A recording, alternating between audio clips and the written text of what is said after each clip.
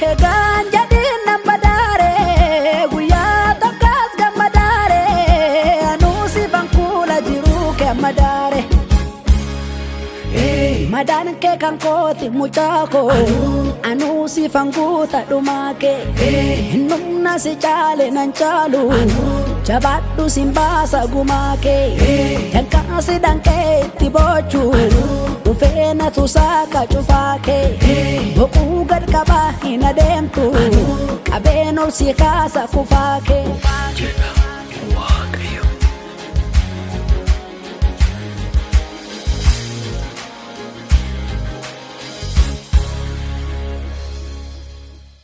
Nagaan keenya kabajaa fi jaalalaa bakka jirtan maratti sinaa dhaqqabu kabajamtoota daawwattoota TV Mo'aa kun qophii Tumsa Mo'aati. Egaa qophii Tumsa Mo'aatiin torbanoota dhufaniitti darban namoota sadarkaa jireenyaa garaagaraa keessa jiran haalli ammoo sababa adda addaatiin miite barbaanneeti kan nuti isinii dhiyeessinu.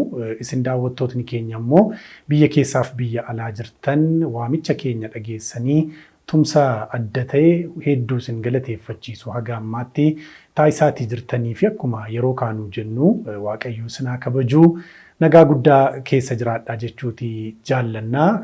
Nama rakkate nama haala ulfaataa keessa jiru bira dhaabbachuun galgala ofiitiif waan gaarii uumaa bira kaachuudha jenneeti amannaa. Kun immoo dhugaa qulqulluudha.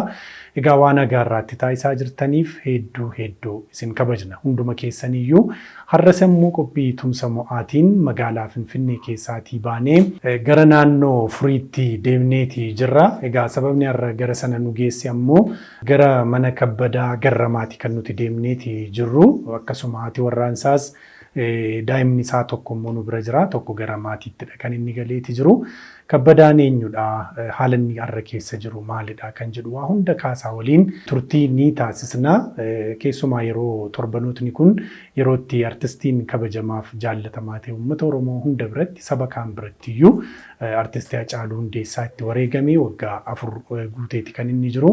Waggaa 4 irraa taateen nama kanarra dhaqqabee haalaan suukkanneessaa kan turedha. Yeroo ammaa maalirra jira jennee egaa qophii keenya Tumsa Mo'aatiin isa iyyaafachuudhaatiif kan nuti garasi mallee haga dhuma qophii keenyaatti nu waliin akka taatan affeerraa koo kan kabajaati.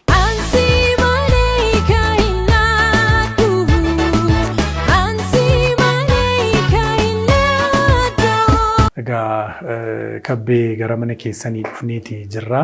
Mee daawwattoota waliin wal barii haadha manaa keessa ijoollota keessa wal nu barsiisi. Galatooma ani maqaan koo Kabbadaa Garramaan jedhama. Kananitti dhaladhee godina Shawaa Lixaa Gindi Baratidha. Kananitti guddadhe immoo magaalaa Jalduu Ganda Koluu kan jedhamuttidha. Kana nama jiraachaa jiru bulchiinsa magaalaa Shaggar Aanaa Muudaa Furiitti kanan jiraachaa jiru. Akkasumas immoo manaa kiyya Qaal Kidaana Lamaayyoo jedhamti. Mucaan kiyyas immoo Wabii Kabbadaa jedhama. Daa'ima lama qabdamti? Daa'ima lama qaba. Rakkoodhaan kanaan kayyamanii tokko biyya galche. Maatii bira jira jechuudha. Maatii bira jira. Har'a sababni nuti sii fi maatii keetti iyyafachuudhaaf dhufne beekamaadha. Uummatni Oromoo hedduun quba si qabu yeroo sana tarii miidiyaalee garaagaraatiin si arganiiru jedheen yaadadha. Waggoota 4 duraa of duuba deebiitii mee nu yaadachiisi waan ture.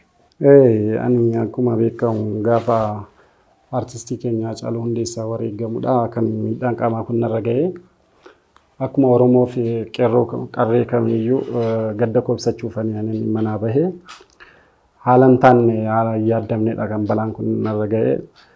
Asumaan karaa jamoo bakka Mikaayila jedhamutti asumaan gadda keenya ibsachaa otoo gara Phaawulos bakka reeffisaa jiru achi otoo deemaa jirru haalan beekamneen bakka naannoodhuma jamoo Mikaayila Addabaabee jedhamu irratti boombiin nurratti darbatame.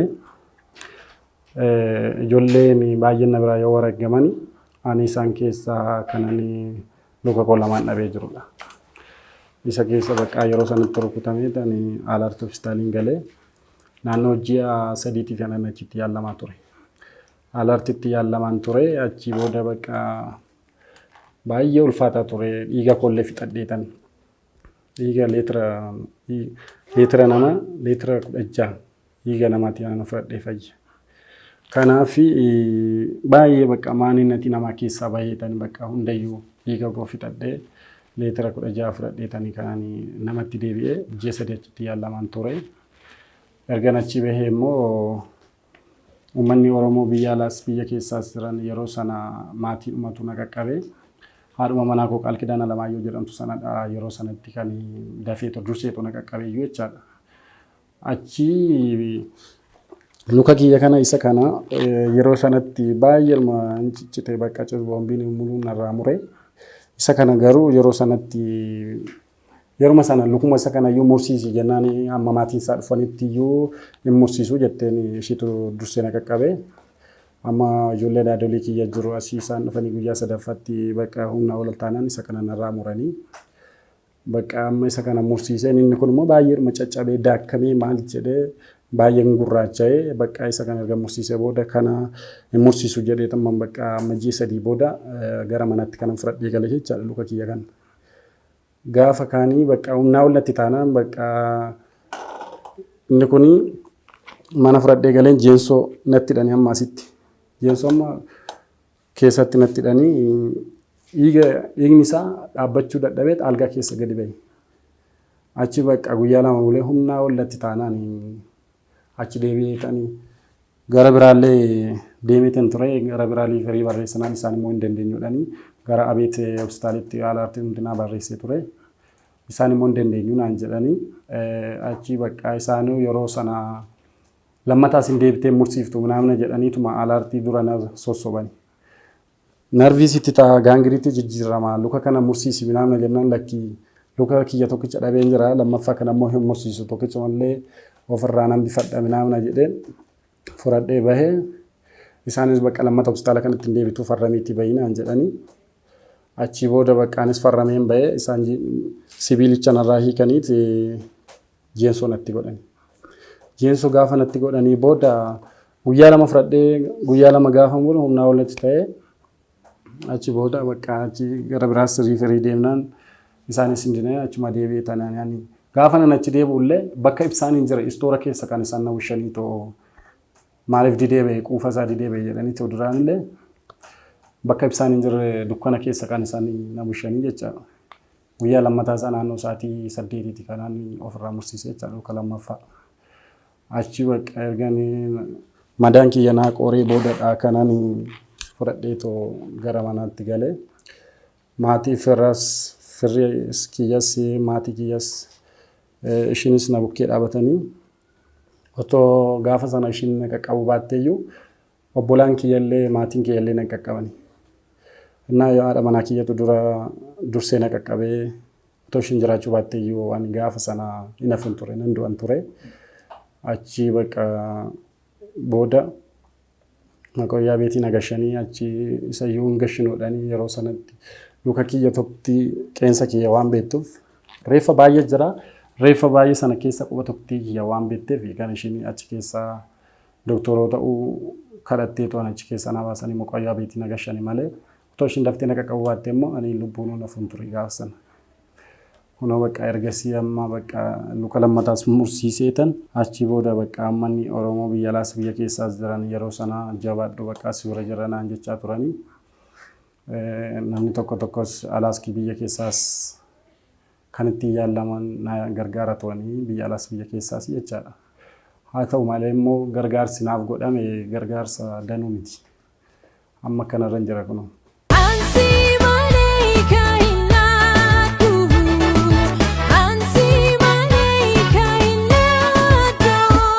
Egaa waan baay'ee miira namaa tuqudha. Yaadannoo ulfaataadha seerichiin ulfaataa. Mee akkamitti manaa baatee ganama sanaa yeroon isaa yeroo akkamii ture akkamitti dhageesse balaan sun akkamitti uumame waan jedhullee mee nutti himi. Ani balaan kun akka uumame iyyuu ani hin barree mucaa hiriyyaa kiyya tokkotu naaf bilbilee ani hojii oolee dadhabeen bakka narrafee sooshaal miidiyaa kanas hin fayyadamne. Gaafa kan naannoo sa'aatii tokkottidha mucaan kun kan na bilbilee jechaadha bariisa.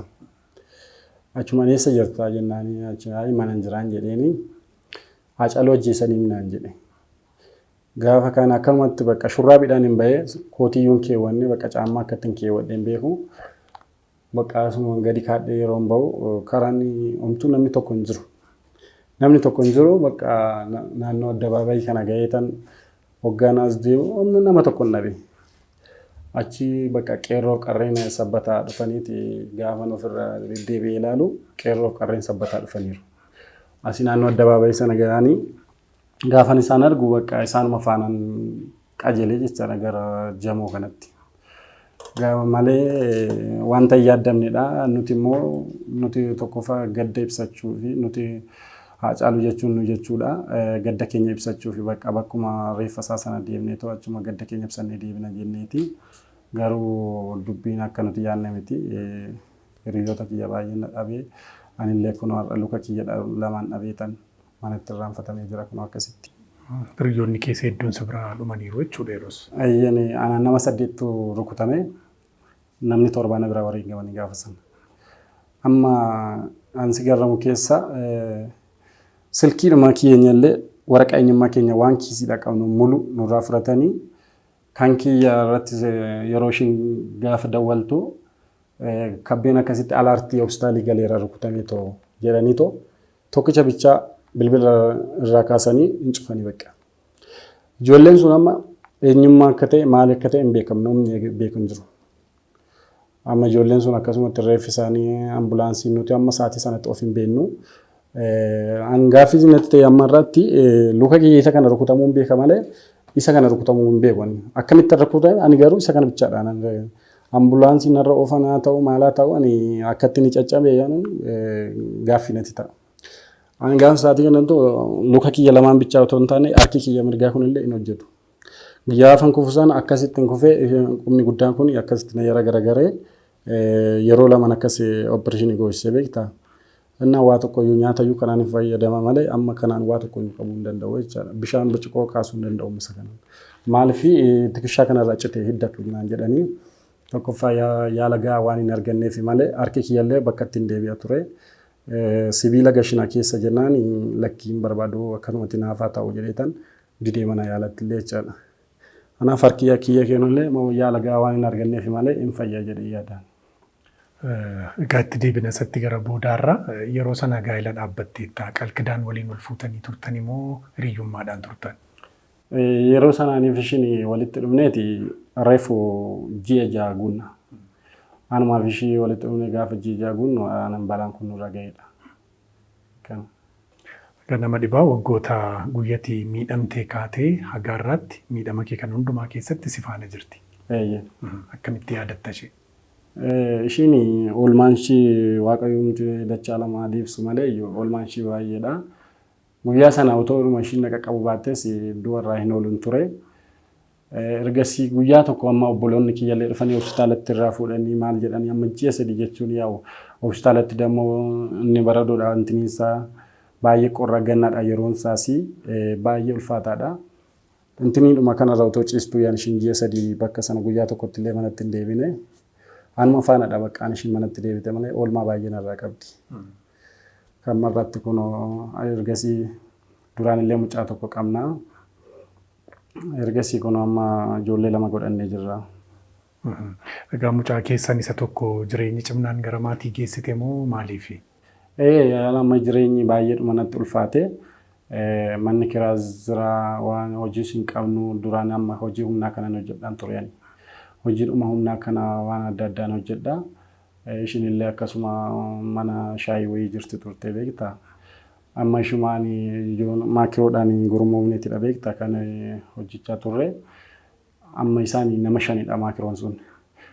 Anatu keessa jira ture ani immoo yeroo sana bakka sana ishii bakka buuseetti ani hojii humnaa kana hojjedhu yeroo nan rukutamu sana jechaadha.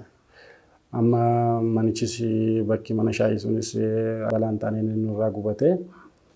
Amma ergasiis immoo kun akkanumatti jirra.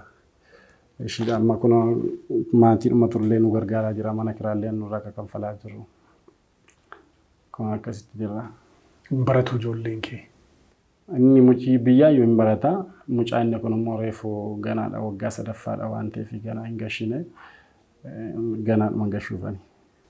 Egaa hedduu nama gaddisiisaa waan hundumti isaayyuu hin ulfaata. Jireenyi sana booda tures akka ba'aa guddaa ta'e beekamaadha. Garuu deeggarsiif tumsi namootaa haga yoomiitti ture warri biyya keessaas biyya alaas addaan citee waan itti ofiinsa qabu hin turre moo akkam ture inni? Deeggarsi hammuma humna isaaniis kan biyya alaas biyya keessaas jiranii yeroo sanan xixiqqaarraa guddaarraas bilbilanii jabaadhu baqqaa si faana jirra naan jedhanii yeroo sanallee uummanni illee baqqaa jabaadhu waan ittiin sochootu sii binnaa manallee sii binnaa jedhanii baay'ee mooraalii natti horanii turanii jechaadha uummanni Oromoo biyya alaas biyya keessaas. Garuu immoo ergasii baqqaa mana ittiin mana kiraa kan falachaa ture mana ittiin amma har'aatti ittiin ga'e deeggarsuma Oromootiin amma garuu rakkina irratti baay'eedhuma hafeen jira. Deeggarsi isaanis kan namoota hedduudha kan waadaanaaf galee waadaan kiyyas achumaan na jalaa dagatamee malee uummanni Oromoo biyya alaas biyya keessaas baay'ee na jajjabeessaa turanii. Amma immoo baay'eedhuma rakkadheen jira. Mana kiraadha kun ana dhiisaatii isa qaama miidhamaa dhiisaatii nama fayyaaf amma isaatii kana baay'ee ulfaataadha. Amma waa baay'ee na barbaachisa amma isaatii kanatti qaama miidhamaan tokko jechuun yaa'u isinis beektu maal akka barbaachisu. Artifishaaliidhuma kanallee namni wayii biyya alaatti yeroo waggaa lamaan kana wayii na hojjechiise ture. Garuu artifishaalii isaan na hojjechiisan sun na jalaa cabee. Isinitti agarsiisuu hin danda'ama cabaadhuma osoo mana jira isumallee artifishaaliidhuma sanallee hojjetachuu hin dandeenye. Baay'eedhuma baqqaa irraanfatamee hin jira uummanni Oromoo biyya alaas biyya keessaas jiran akka na bira dhaabbatanii jira.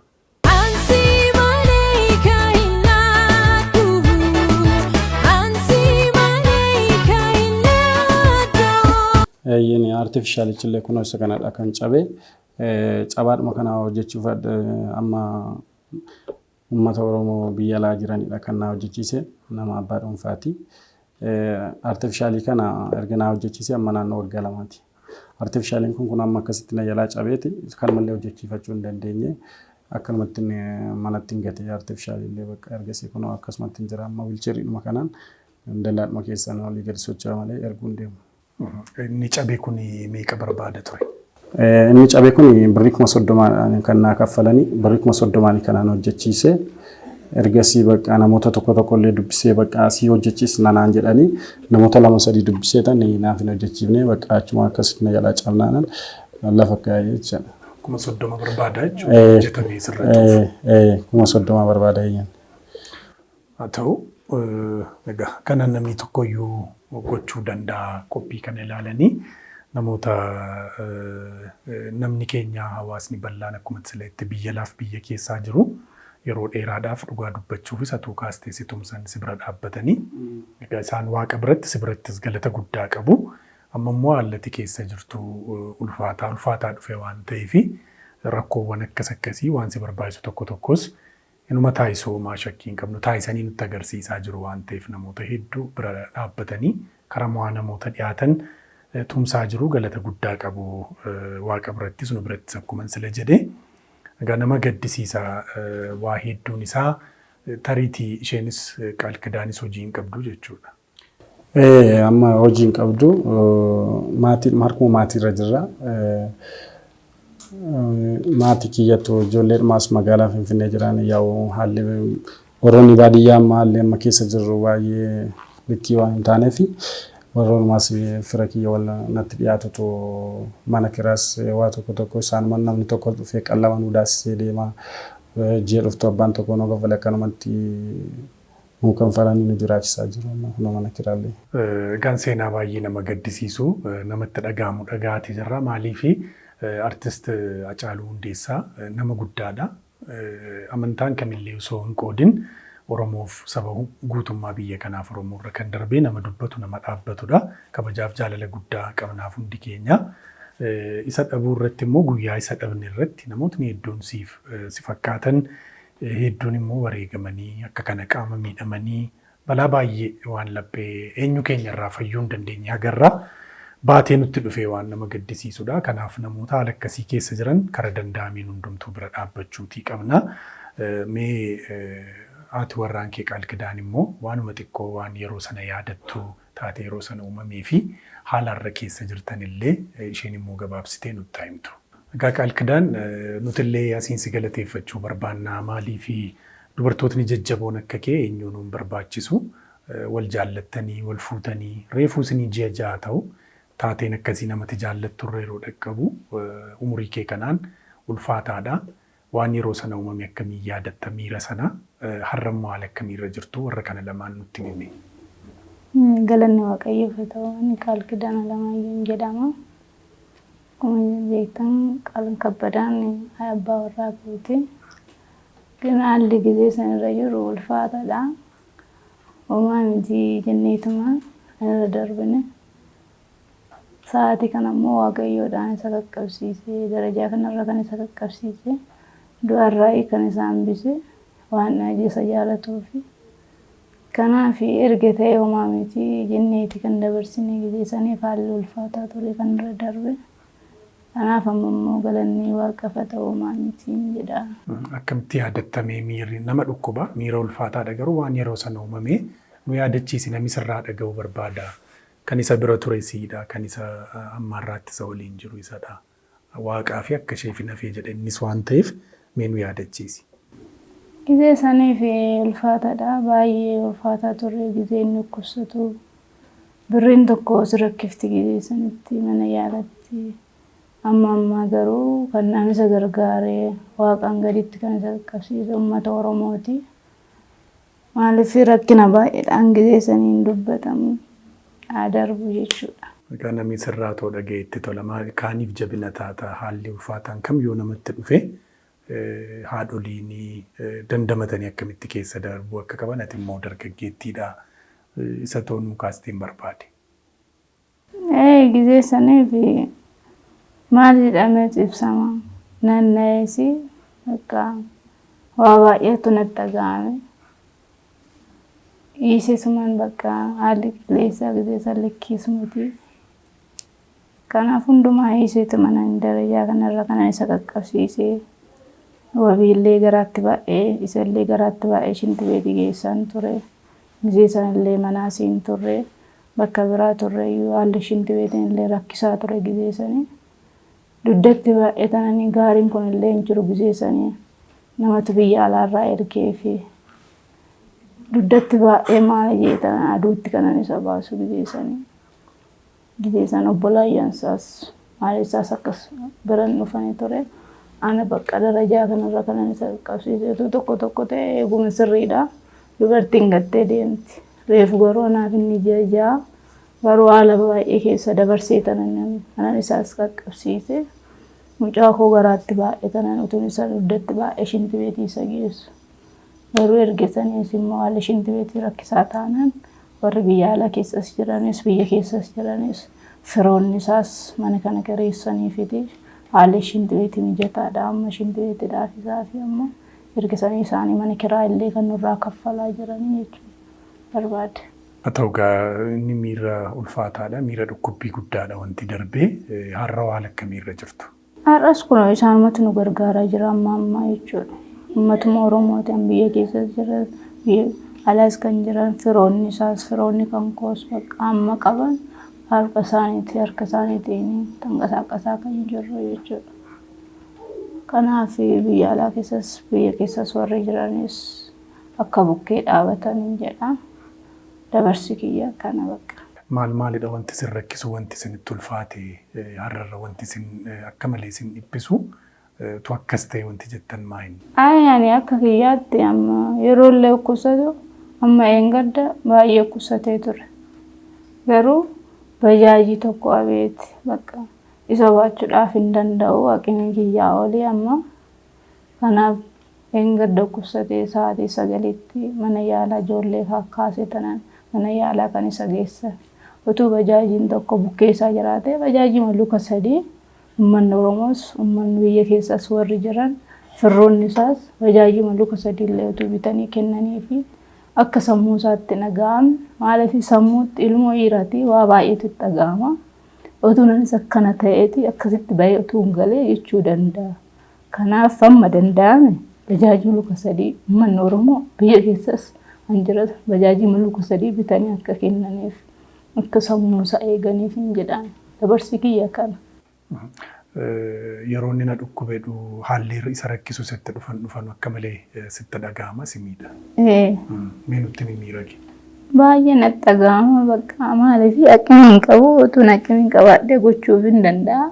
Kanaaf hin dandeenye amma danda'amaa ta'e utuu sammuu isaa naa eeganii fi sammuun isaa hin hojjeta harkii fi miilli isaa bakka sammuudha ilmoo namaa kan barbaachisu tokko sammuun sirra jiraate taanaan bakka barbaadde teessee gaariirra teessee bakka barbaadde waan tokko hojjechuu hin dandeessa. Kanaaf immoo sammuun irra jira amma sammuun isaa utuu hin tuqamne waa tokko akka go'aniif hin barbaadan. Akka jajjabeessan akka bukkee dhaabatan. Ati kana caala maal gootaaf waan hundaa sii taate miti kabbee? Ati haadha guddoodha, ati nama guddoodha, nama jabduudha. Waan dandeessu hunda gooteettaati. Garuu amma waan ati kaastee waan dhugaadha waan ta'eefi nama cimaadha, nama jabaadha, waan kam hojjechuu nama danda'udha. Haalli sun immoo dhufee akka kana godhee ammas hojjechuu danda'a, fayyaansaas guutuu danda'a. Waaqnis jira. Namis immoo jira waan ta'eefi wantoota ati amma akka kaaste kun anaaf wayii isiniif nutti cima malee namooti nu daawwatan waan kana caalu meeqa namni gochuu danda'u namni tokkoyyuu jira waan ta'eefi abjuun kun immoo dhugooma dheebuun kee jedhee namana ati haadha jabduudha. Waaqayyo ammallee umurii dheeraa isaaf siif laatu waan gurguddaadha waan ati gochaa jirtu waan ta'eef kabajami.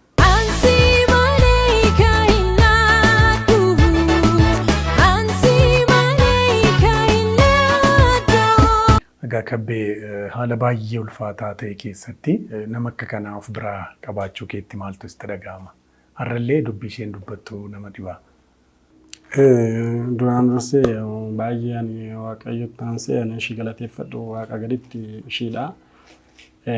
Maaliif otoo nama nan jaalattu ta'e maaliif yeroo qaama ani guutuu qabu waan barbaadde hojjedhee waan barbaadde wal jiraachisnu sana wal jaalannee wal fuunee haa ta'u malee otoo nama tokkotti amma ani maaliif qaama dhabee waan ta'eef saayinsiitti na dhiistee deemuu dandeessi.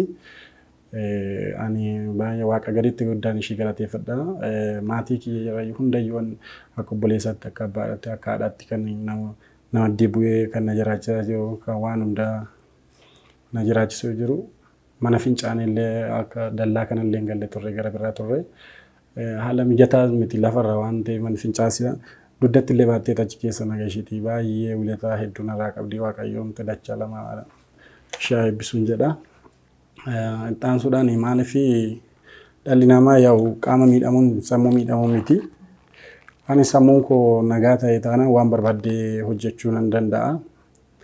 Garuu irra caalatti amma yeroo tokko maaltu natti dhaga'ama maaliif nuti amma hayyuu baay'ee qabna beekaa baay'ee qabna kan baratee biyya alaas biyya keessaas hedduu qabna. Inna maaliif amma ammatti kun waggaa arfan kiyya amma iftaanidha. Waggaa furguutaa jirra namummaa namatti dhaabbatee toomaa si barbaachisamu baajaajii tokko si barbaachisamu qaama miidhamaa jechuun waa baay'ee waan ittiin socho'uun barbaachisa artifishaalillee hin barbaachisa manuma jireenyaa tokkollee hin barbaachisa. Kana gidduutti amma chaalenjii hedduu keessa bakka amma sammuun koo xiqqoo yeroo nama bakka artifishaalii kanallee dhaqee ta'u waggaa lama durallee sammuun kiyya baay'ee ofitti deebi'e malee waan ta'an keessa bakka harka kootiillee of galee baay'ee natti dhaga'ame ture bakka ishiinumatu na jajjabeessaa ture bakka qaama miidhamuun sammuu miidhamuu miti jettee ishumatu na jajjabeessaa ture malee waan hin taanellee ofirratti yaadeen ture. Maaliif namoonni bira dhaabbatuun dhabee kana sii godhaa yookiin ani marra caalatti yoo amma dheengadduma akkuma ishiin jette baay'ee na dhukkubee ture halkan keessa baay'ee na dhukkubee ture baay'ee algaarra ciisee tan nan boo'ee amma dheengaddaa maaliif baajaajii tokkorree otoo hin qabaadhee uummanni Oromoo biyya alaas biyya keessaas jiranii baajaajii tokkollee otoo itti bitanii isumaanillee socho'ee tunuun bakka garaa koollee gahaa. Amma otoo nama bakka tokko nan deema jedheeyyuu baajaajiin amma dhuftutti yookiin argachuu dhiisuun maalaa yookiin immoo nan argadhaa. Saatii tokko waan dhimma wayiitii yoo ta'u barbaadde saatii tokko saatii lama booda baajaajoonni illee kan si bira ga'anii. Innaan chaalenjii hedduu jira qaama miidhamaa jechuun chaalenjii kanatu baay'ee natti dhaga'ama bakka yeroon isa yaadu. Egaa ta'u hin deebi'a gaaffiin kun hin deebi'a inni abdanna waan yeroo gabaabaatti deebi'uu danda'udha. Waaqayyo hunduma keenyayyuu nu gammachiisa waan isheenis jettee atis jettee inni guddaan sammuudha. Kun jira fayyaa ta'e jennaan qaama irrachuu namaa miti nama kam caalayyuu hojjechuu yaaduu dandeessa. Dheebuu keessan gaaffii keessan waan kanarra caale immoo saba deebisuu danda'u saba bal'aa qabna waan ta'eef homaa kanaan shakkii tokko hin qabnu irra deddeebiinis godhanii nutti agarsiisaa jiru akkuma sila jedhe waan ta'eef fala argachuu danda'a inniiti amannaa. Egaa Waaqayyoo karaa hundumaa isinaa milkeessu jechuutiin jaalladha. Tariyyoo waan afeera jettan jiraatee carraa isinii laadha. Isa dura garuu akkuma sila kaasee namni nuti jaallannu artista Haacaaluu Hundeessaa waggaa 4 miti kan inni wareegame. Torbanoota kanas sooshaal miidiyaa hawaasaarra hin deddeema wantootni tokko tokko. Inni guddaan kaayyoo inni wareegameef sana immoo namni hundumtuu karaa danda'uun lafa jirutti dhugaa sanaaf dhaabbachuu danda'utu jira. Namoonni akka keessan miidhaman gatii baasan wareegamanis immoo hedduutu jiru waan ta'eef warra akkasii immoo isaaniinis barbaadu akka kana maatii isaanii barbaadanii bira dhaabbachuu inni guddaan isadha. Miidiyaa hawaasaa irratti barreessuurra maxxansuurra kan darbe waan hiika qabu akkasii hojjechuutu faladha inni yaanna. Kennaa tokko siif innee dhufnee tarii inni kaan booda irra taa'aa deema waan ta'eef amma gidduutti kennaa sana ni siif laadha. Eebbifamaa faadha.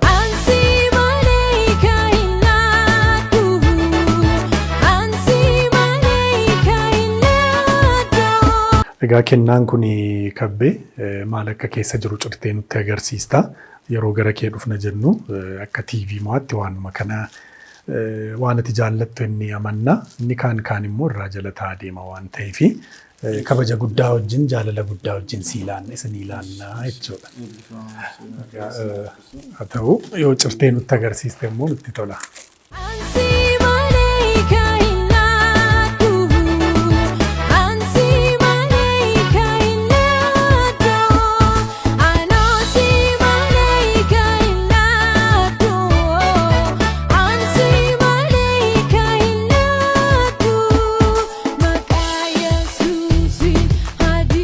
Waaqayyo sinaa eebbisu. Haacaaluun jaallattamti? Isaaf jedheetanii kanan qaama koo dhabesi eebbifamaa Waaqayyo sinaa eebbisu. Kanuma garaa koo keessa jirtan dhuftanii kennaanaaf kennitanii ulfaadhaa Waaqayyo sinaa eebbisu jedha. Haa ta'u egaa ulfaadhu inni kaan immoo yeroo isaatti uummata hedduutu nu daawwataa jira waan ta'eef biyya keessas biyya ambaas kan jirtanii akkuma jalqabarra kaasuudhaaf yaalee jechan dubbadhu kanaan gaarummaa isin namoota hedduutti agarsiisaa jirtan ibsuu dhiisuutii danda'a. Garuu Waaqa biratti waan gaarii kaataa jirtu. Namootni hedduun qophii tumsa mo'aa kanaan namoota nuyi barbaannee dhiyeessinutti kaan itti mana ijaaraniiru, kaan ijoollota isaanii barsiisaniiru. Waan hedduudha. Guyya tokko namoota sana immoo walitti qabnee akkaataan itti dhiyeessinu jiraata jedhee nabdadha. Egaa qophii tumsa mo'aa keenyaatiin mana obboleessa keenyaa kabbadaa garramaattidha kan nuti argamnee jirru. Ati warraansaa qaal kidaanis nu waliinidha kan turtii taasiste waan nageenya hundumtuu hedduu waan miira namaa miidhudha.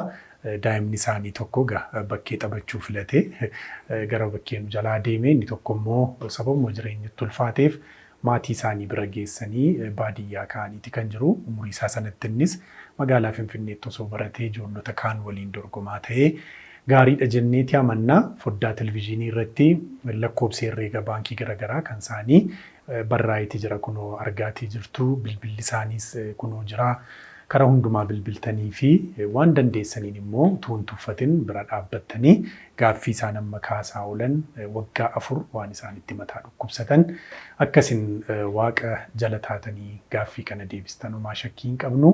Tumsa keessan yeroo hundumaaf kanarraafis kan boriifis Waaqayyo isin haa kabaju jenna. Guddaa isin jaallanna akka TV mo'aatti isin kabajna daawwattoota keenya hundumaa eebbifamaa jechuun jaalladha. Egaa qophii kana immoo haala kanaan qindeessinee isin biraan akka geenyuu fi gama ogummaa kaameraatiin Naatanaayil Boonjaadha kan waliin turtii taasisee jiru. Konkolaachisaan keenyas Daawit Tsaggaayee nu waliin jira. Qopheessaan qophichaa immoo ani Efreem Malkaamuutiin ture. Torbee qophii tumsa mo'aa birootiin nama biraa immoo deemnee akkuma kana kan iyyaafannu ta'a. Qophiilee TV mo'aafan waliin turtii gaarii. Egaan jedhin nama daaree guyyaa tokkos gammadaaree anuusi fankuula jiruu kemma daaree. Madaan kee kan kooti mucaa koo anuusi fanguuta dhumaa kee numna si caale nan caalu jabaadhu sin baasa gumaa kee dankaasi dankee itti bochuu dhufeena tusaaka cufaake boquu gad qabaa hin adeemtu qabeen ol si kaasa kufaake